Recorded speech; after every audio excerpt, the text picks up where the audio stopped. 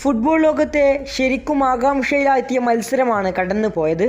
ഒടുക്കം സ്വിറ്റ്സർലാൻഡിനെ പരാജയപ്പെടുത്തിക്കൊണ്ട് Argentina world കപ്പിൻ്റെ semi ഫൈനലിലേക്ക് ടിക്കറ്റ് ഉറപ്പിച്ചിരിക്കുകയാണ്. 1-3 ഗോളുകൾക്കായിരുന്നു നിലവിലെ ലോക ചാമ്പ്യന്മാരായ അർജന്റീനയുടെ വിജയം. മത്സരത്തിൻ്റെ 10ാം മിനിറ്റിൽ തന്നെ അലക്സിസ് മാക്കലിസ്റ്ററിൻ്റെ ഗോളിലൂടെ അർജന്റീന മുന്നിലെത്തുന്നു.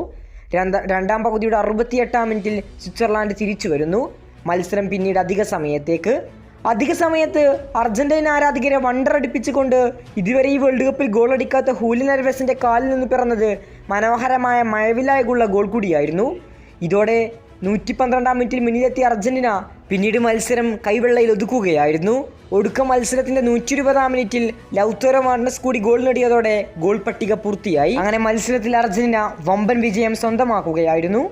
എന്നാൽ ഈ മത്സരം കഴിഞ്ഞ് റഫറിയുടെ ഫൈനൽ വിസിൽ വന്ന ഉടൻ തന്നെ ഡഗൌട്ടിലുണ്ടായിരുന്ന സ്കലോണി ടീമംഗങ്ങൾക്കൊപ്പമൊന്നും ആഘോഷം നടത്താതെ പെട്ടെന്ന് തന്നെ ഡ്രസ്സിംഗ് റൂമിലേക്ക് മടങ്ങുന്നത് ക്യാമറ കണ്ണുകൾ ഒപ്പിയെടുത്തു.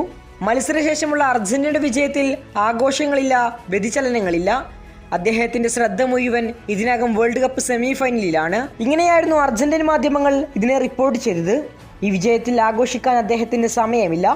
വരുന്നത് വേൾഡ് കപ്പിലെ ഏറ്റവും നിർണായകമായ പോരാട്ടങ്ങളിലൊന്നാണ്.